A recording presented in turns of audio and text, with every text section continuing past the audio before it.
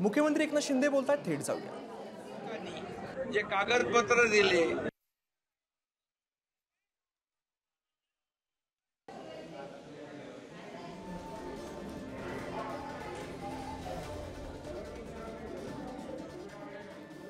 जो पक्ष आहे त्यांना देखील पूर्ण म्हणजे मेजॉरिटी त्यांच्याकडे संघटनात्मक आहे अशा प्रकारचा कुठलाही पुरावा समोरचे माणसं देऊ शकले नाहीत आणि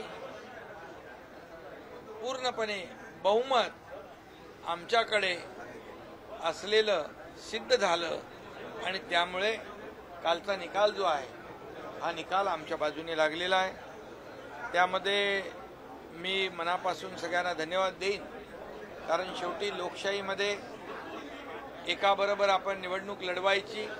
जेव्हा 2019ला शिवसेना भारतीय जनता पक्ष युतीची निवडणूक दुसऱ्याबरोबर स्थापन केलं, आघाडीबरोबर महाविकास आघाडीबरोबर, ज्या बाळासाहेबांनी नेहमी काँग्रेसचा विरोध केला त्या काँग्रेसला डोक्यावर घेण्याचं काम केलं, त्याच्या मांडीवर बसण्याचं काम केलं आणि त्यामुळे बाळासाहेबांच्या विचारांना ज्यांनी तिलांजली दिली, बाळासाहेबांचे विचार ज्यांनी खुर्चीसाठी सोडले, त्यांना कालची एक मोठी चपराक आहे, त्यांना एक मोठा झटका आहे। खरं म्हणजे आज बाळासाहेबांची भूमिका घेऊन आम्ही पुढे जातोय, बाळासाहेबांचे विचार घेऊन आम्ही पुढे जातोय आणि त्यांच्या विचारांचं सरकार आम्ही स्थापन केलं। म्हणून तर 50 आमदार, विधान परिषदेचे आमदार, 13 खासदार, या ठिकाणी शेकडो हजारो लोकप्रतिनिधी, नगरसेवक, सदस्य आणि लाखो कार्यकर्ते आज शिवसेनेमध्ये दाखल होत आहेत आणि म्हणूनच कालचा विजय हा सत्याचा विजय आहे आणि लोकशाहीचा विजय आहे। साहेब सुप्रीम कोर्टात जाणार आहेत, या निर्णयाविरोधात सुप्रीम कोर्टात जाणार आहेत, त्यावेळेला आपली भूमिका काय? साहेबांनी याला जोडून आम्ही प्रश्न आहे की अपात्र त्यांचे ठरवलेले नाहीये, तर त्या यामध्ये एकच आहे, अध्यक्ष महोदयांनी निर्णय देताना खरी शिवसेना, अधिकृत शिवसेना आमची अशी मान्यता दिली, व्हीप जो आहे भरत गोगावले यांना मान्यता दिली आणि जे भरत गोगावले यांनी जे पिटिशन फाईल केलं होतं समोरच्या पक्षाच्या आमदारांच्या डिस्क्वालिफिकेशनचं, ते मात्र डिसमिस केलं। यामागचं कारण काय आहे हे आम्हाला ते अनपेक्षित होतं, कारण 4-5 बाबी ज्या आहेत त्या त्यांनी सलगपणे मेरिटवर दिल्या आणि मग डिस्क्वालिफिकेशनचा निर्णय देखील त्यांनी द्यायला पाहिजे होता। या समोरच्या पक्षाकडून वारंवार होणारी बदनामी, आरोप प्रत्यारोप, मॅच फिक्सिंगचे आरोप, मॅनेज झाल्याचे आरोप, अशा प्रकारचा काही दबाव आल्यामुळे किंवा कसे हा जो निकाल दिलेला आहे समोरच्या विपक्षाच्या आमदारांच्या डिस्क्वालिफिकेशनच्या बाबतीमध्ये आम्ही देखील लीगल टीम बरोबर चर्चा करू आणि चर्चा करून आम्ही पुढचा निर्णय घेऊ। सुप्रीम कोर्टामध्ये ते दावा दाखल करणार आहेत, त्याला आपण कसे? सुप्रीम कोर्टामध्ये ते लोकशाहीमध्ये प्रत्येकाला मुभा आहे कोर्टामध्ये जाण्याची। जेव्हा जेव्हा त्यांच्या बाजूने निकाल लागतात तेव्हा तेव्हा त्या संस्था चांगल्या असतात, जेव्हा त्यांच्या विरोधात म्हणजे मेरिटवर जेव्हा निकाल लागतो तेव्हा तो निवडणूक आयोगाला चुनाव आयोग काय म्हणतात।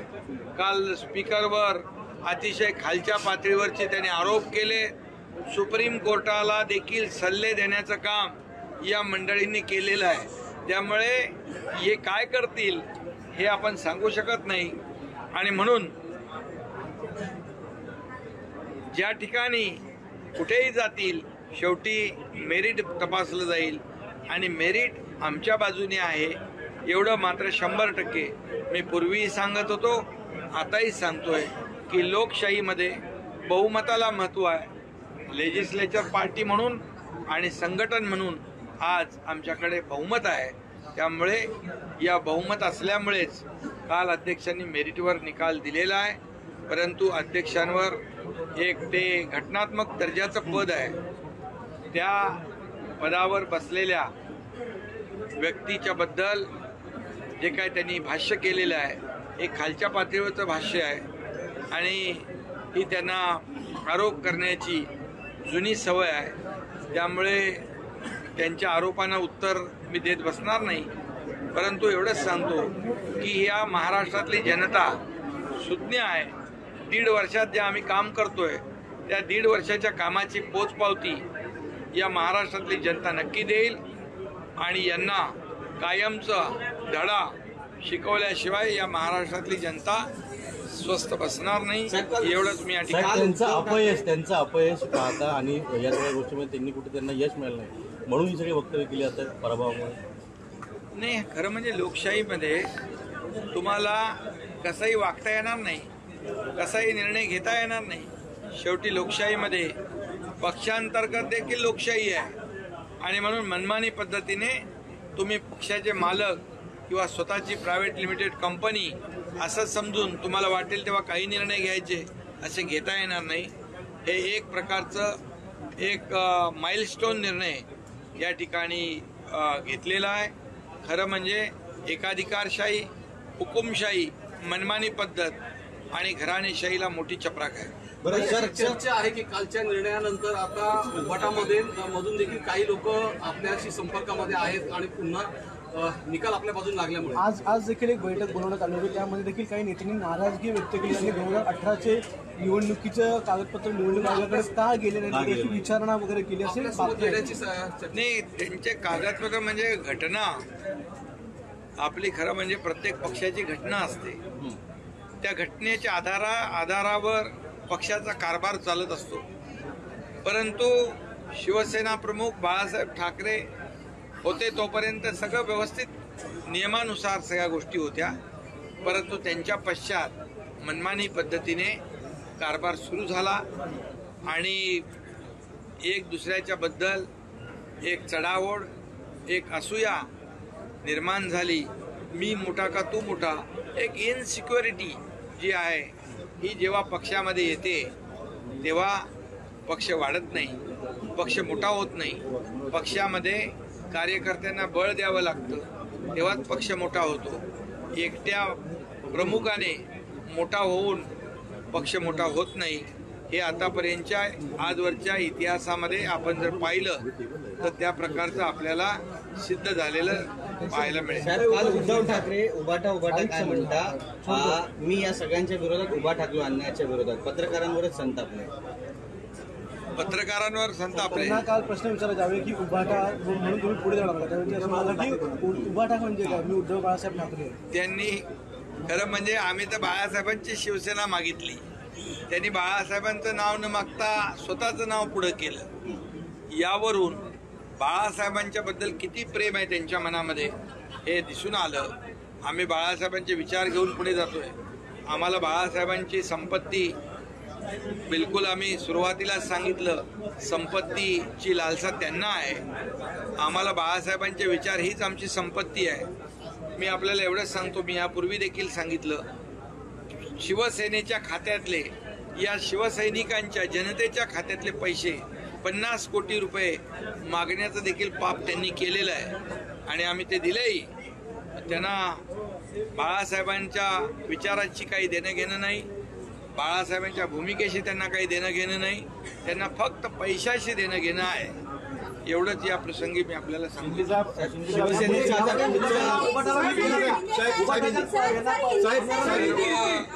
यापुढे सर्व कायदे तज्ञांशी बोलून कायदेशीर बाबी तपासून पुढचे निर्णय आम्ही घेऊ. साहेब हिंदी की इस तरह से कल का फैसला जो है ये लोकशाही की जीत है. हमारे तमाम कार्यकर्ताओं की जीत है. हमारे बाळासाहेब ठाकरे जी और आनंद दिघे जी के विचारों की जीत है. और इसलिए मैं इतना ही कहूँगा कि कल लोकशाही की जीत हुई है, सत्य की जीत हुई है और एकाधिकारशाही, हुकुमशाही, मनमानी तरीके से जो कारोबार करते हैं उनकी हार हुई है. ये बहुत बड़ा सबक पूरे महाराष्ट्र ने बल्कि देश को एक माइलस्टोन निर्णय जो है वो कल हुआ है. और इसलिए किसी भी नेता को अपनी पार्टी चलाते वक्त ये मेरी निजी प्रॉपर्टी है, ये प्राइवेट प्रॉपर्टी है ऐसा समझकर कोई भी निर्णय नहीं ले पाएंगे। ये ऐसी बहुत बड़ी सीख और एक उदाहरण, एक मिसाल कल के फैसले से महाराष्ट्र ने देश भर में गया। सीएम साहब संवैधानिक पद पर बैठे, चाहे आपका पद हो या फिर स्पीकर का पद हो, जिस तरह से कहा गया कि दिल्ली के पिट्ठू थे वगैरह, इस तरह के शब्दों का इस्तेमाल किया गया, मांग हो रही है और आपके नेता कह रहे हैं कि आप उनके खिलाफ विशेषाधिकार कानून का उल्लंघन का हम लोग प्रस्ताव लाएंगे। बिल्कुल, इसमें जब भी उनके हित में फैसला होता है तो संस्था अच्छी होती है, न्याय व्यवस्था अच्छी होती है, लेकिन जब मेरिट पे फैसला होता है तब वो संस्था भी गलत हो जाती है, न्याय व्यवस्था के ऊपर भी आरोप लगाते हैं और स्पीकर के ऊपर भी बहुत ही निचले स्तर के आरोप लगाए हैं। ये उनकी पुरानी आदत है, यही उनकी फितरत है और इससे उनसे और क्या अपेक्षा हम कर सकते हैं। ये जब हार जाते हैं, जब उनके खिलाफ फैसला होता है तो ये सब लोगों को के ऊपर आरोप लगाते हैं। सुप्रीम कोर्ट तक के लोगों को भी, सुप्रीम कोर्ट को भी यहाँ पर मार्गदर्शन और सलाह, एडवाइस देने का भी काम उन्होंने किया है। अभी इनसे क्या और उम्मीद कर सकते हैं हम। सीएम साहब राम मंदिर को लेकर सीएम साहब राम मंदिर को लेकर राम का बुलावा था सोनिया गांधी, मल्लिकार्जुन खड़गे और उनके नेताओं को, लेकिन वो कह रहे कि ये इस कार्यक्रम में हम नहीं जाएंगे, राम के कार्यक्रम में नहीं जा रहे वो। अभी उनसे और क्या अपेक्षित कर सकते हैं। देखिए, ये राम मंदिर, रामलला का जो मंदिर हो रहा है, ये करोड़ों राम भक्तों का सपना था कि अयोध्या में राम मंदिर बने। सैकड़ों वर्षों से ये सपना था। हमारे हिंदू हृदय सम्राट बाला साहेब ठाकरे जी का भी सपना था। आनंद दिघे साहब ने तो कार सेवा में यहाँ से हम उनके साथ थे, यहाँ से चांदी की ईंट वहाँ कार सेवा में बेची है और इसलिए पूरे देश में एक राम मंदिर का माहौल बना है, उत्साह है, जोश है, एक भक्ति है, श्रद्धा है और एक अस्मिता है कि राम मंदिर का निर्माण और राम मंदिर का लोकार्पण जल्द हो जाए। और मोदी जी ने वो करके दिखाया है। ये पूरे देश को मोदी जी के ऊपर बहुत गरूर भी है और अभिमान भी है कि करोड़ों राम भक्तों का सपना, हमारे बाला साहब ठाकरे जी के सपना, सभी लोगों का सपना उन्होंने पूरा किया है। और जो राम मंदिर के दर्शन को नकार रहे हैं, उनके साथ महाराष्ट्र में कौन अलायंस में, कौन गठबंधन में है, जो हिंदुत्व की बात करते हैं, जो राम के मंदिर को नकारते हैं, उनके साथ गठजोड़ करते हैं। इससे और दुर्भाग्य क्या हो सकता है। सीएम साहब गुजरात कांग्रेस के अध्यक्ष हो या फिर राजस्थान कांग्रेस के नेता हो, वो कांग्रेस के नेता होने के बाद कह रहे कि हम राम को मानते हैं और कांग्रेस ने जो पार्टी ने फैसला लिया है वो गलत है, लेकिन यहाँ के लोग नहीं बोलते, जैसे कि आपने कहा। तो यहाँ के लोग के एक द्वेष भावना है उनके दिल में मोदी जी के बारे में, और मोदी जी ने एक बहुत बड़ा काम किया है। देश के सभी लोगों की सपना, जो इच्छा है, उसको पूरा किया है और पूरी तरह देश को एक, अपने भारत देश को पूरी दुनिया में एक इतने ऊपर ले गए हैं कि हमारे देश का नाम पूरी दुनिया में रोशन कर